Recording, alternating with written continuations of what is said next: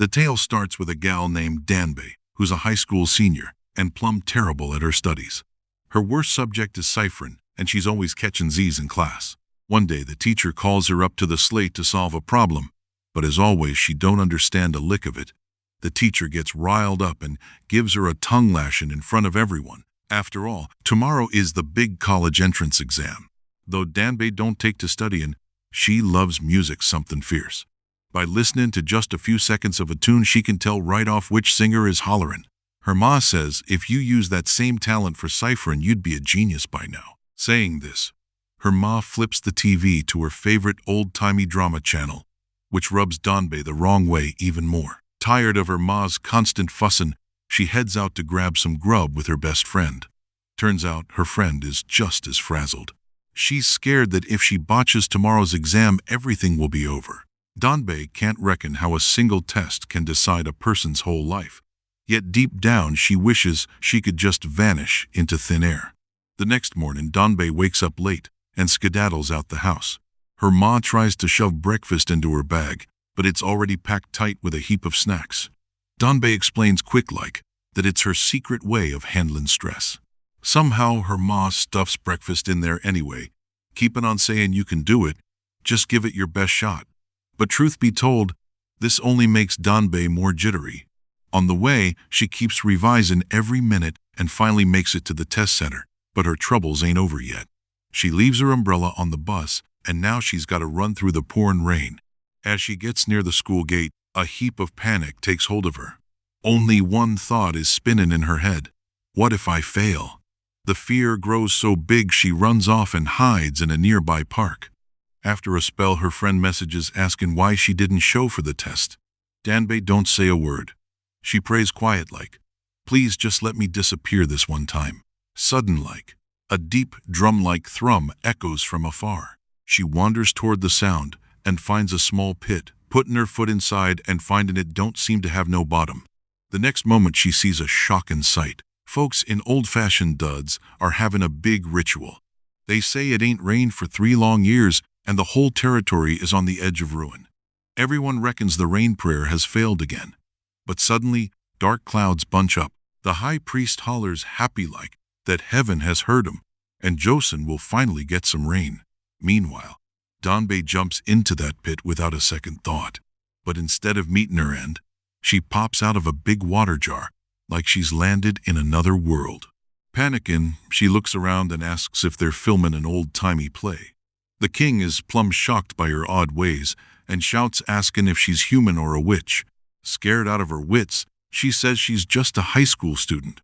But the king won't hear it and reckons she's some kind of male assassin. He orders the guards to draw their blades right then and they hem her in. One sword nicks her hand and she realizes this ain't no dream. She's truly gone back in time. Just then the priest runs in shouting, "Stop! She's the angel sent from above to end the dry spell." Hearing this, Danbei remembers that show she watched last night and quickly throws up her hands shouting, "Let it rain."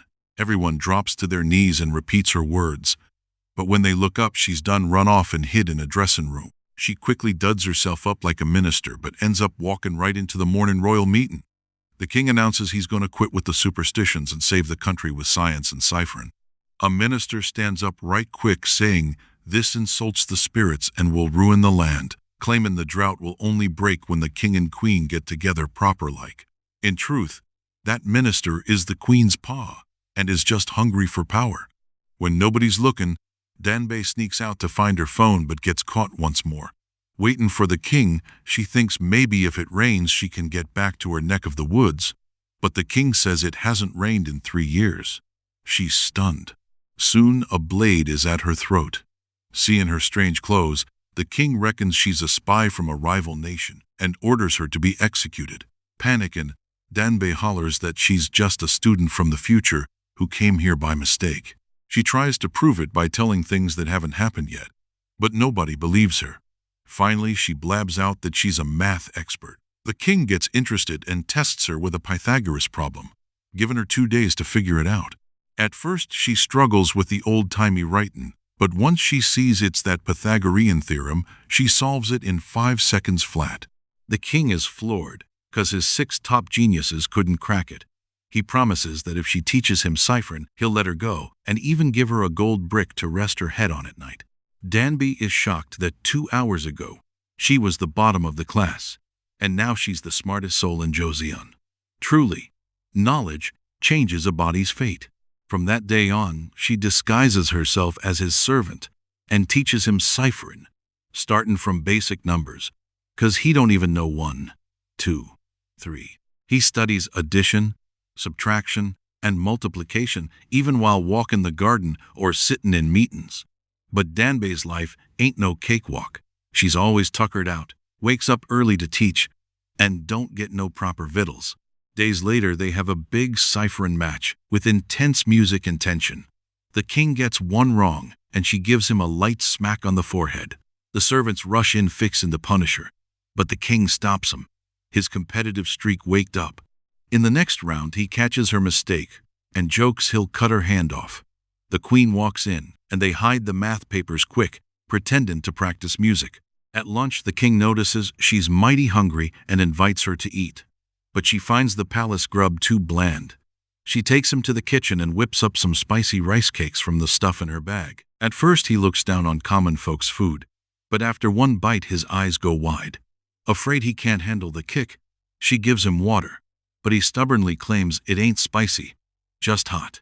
The next day, his belly is acting up and he suspects witchcraft, but she explains it's just indigestion and teaches him about the innards, the stomach and the heart, telling him to put his hand on his chest to feel the thrum. He says he feels nothing, and she smiles, saying, "When you fall in love, you'll feel it." Impressed by what she knows, he takes her to the hospital to teach the doctors and learns about farming from her too, slowly fixing up the medicine and crops in Joseon. He rewards everyone with a fancy orange and hands one to Danby, then gets shocked when she eats it right then and there. He scolds her, saying such a rare fruit ought to be kept for 3 days. She laughs, saying, "It's just an orange. Why so serious?" As punishment, he makes her fetch balls in the field. She mutters, "What is this night soccer?" And he angrily says, "You didn't even let me have one bite of that orange." She teases him, calling him a stingy varmint, and sticks out her tongue, making him laugh for the first time. That night, he offers to walk her home and gets himself ready careful-like in his room, while she draws a smiley face on that orange. His heart starts racing, and he gets the idea he might be in love, so instead of meeting her, he sends a singer to walk her. The next day, the queen tries to win his heart by slipping some love powder into his food, but he feels bad for making Danby wait and gives his meal to her. Still, her mood is sour because he'd been watching her from a distance, all confused about his feelings. That night, the queen enters his room thinking the trap is set and sheds her clothes, but he says no and helps her get dressed again. Suddenly, in a daze, Danby wanders into his arms. The queen reckons the king has no interest in ladies and leaves in a huff. Soon that powder starts working, and Danby speaks her heart plain. The king can't hide his emotions and leans in for a kiss, but stops at the last second, asking himself if he's gone plumb crazy. When she wakes up in his arms, she's shocked. Instead of punishing her, he offers to walk her home again, saying he can give her a high rank and a royal horse, but she says no, saying once it rains, she's heading back to her own world. He tells her because of her he can finally breathe easy, and from now on they're equals and friends. She happily gives him that smiling orange. The next day, trouble brews as the ministers accuse her of insulting the queen and demand her head. The king stands up for her, saying she's got knowledge worth having. The minister dares her to build a machine in 2 weeks that tells time without the sun, or else. Even the king's right-hand man says it can't be done, and Danby hears it, feeling her heart sink. To stay alive, she gets help from the court musician to build a water clock, working day and night on the sums, while the king misses her and stares at that smiling orange. He sneaks a visit to cheer her on, and she finds a smiley face drawn in her book, realizing he came by. She gets her grit back and finishes the sums, but then a heavy rain starts falling. She touches a puddle and knows it's her trail back to the modern world, yet she don't want to go. The king remembers what she said and runs through the rain to find her, finding her sobbing 'cause the machine failed. He puts her hand on his heart, confessing he tried to forget her but couldn't, pulling her close, thankful she's still there. He tells her to get away on a boat, but she says no, saying she always ran away, but this time she's gonna see it through. The singer leads her into the woods and lets it slip he was sent to kill her as a spy. But he can't do it because he believes she's truly from the future and kept her secret. Meanwhile, the minister pressures the king to wipe out everything she taught because it threatens his power. But the king says no way and goes looking for her. The queen finds that Smilin' Orange and realizes Danbei is a gal and understands the bond they have. Bushwhackers attack in the woods. The singer tells her to run, and she gives him a small folding knife, saving his hide. She struggles to handle a horse, but remembers that Gangnam-style horse dance beat and settles it down. Using her phone compass and the sun's place, she heads for the sea while the queen tosses off her heavy headpiece and runs to find the singer, bleeding but relieved to see him okay, revealing they were childhood friends forced apart. At the seashore, Danbei watches the sun go down when the king shows up, kisses her with passion and holds her tight. That night she shows him a star map on her phone to prove she's from the future. But the battery gives out. She says in the future you can't see the stars like this, and he comforts her saying they were always there if you look close. He writes love on her hand, and she gives him chocolate-marked love. He says he wants to make a simple way of talking and writing for the common folk. And she sees his face on a future bill, realizing he's gonna make it big. She hesitates about asking for his autograph. He says the chocolate is mighty fine and she wants to give him more snacks, but remembers her ma packed them and starts to tear up. The next day she realizes moss in the river blocked the water and messed up the clock. Fixes the plan and the clock works. The king says she's pardoned and gets a high rank, but the ministers are fuming. Later, she finds out the queen eats too much, cause of the pressure from her pa. So Danbei makes instant noodles for her and they bond over ideas, making a dress inspired by the night sky. Danbei gets a proper scrub for the first time in the past and puts on some beautiful duds, but is confused when they tell her she's got to stay with the king that night, cause the queen officially made her a concubine. Panicking, she runs and hides, but the king finds her and takes her to his room. She fights loose crying that he said they were just friends, and she's only 19 years old. The king jokes and says if you're 19 then you ought to have 3 youngins by now. Then he pulls her into his embrace and whispers soft-like, I knew from the get-go that you're a gal, 'cause truth be told, the day he brought her home he heard a boy calling her Nuna, and he didn't let on earlier 'cause he wanted to get close to her. Danbei still keeps her distance.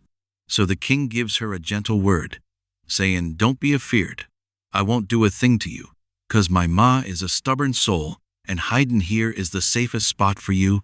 And as he heads out, he can't help but pay her a compliment, telling her today you truly look mighty beautiful. That night, neither of 'em can catch a wink.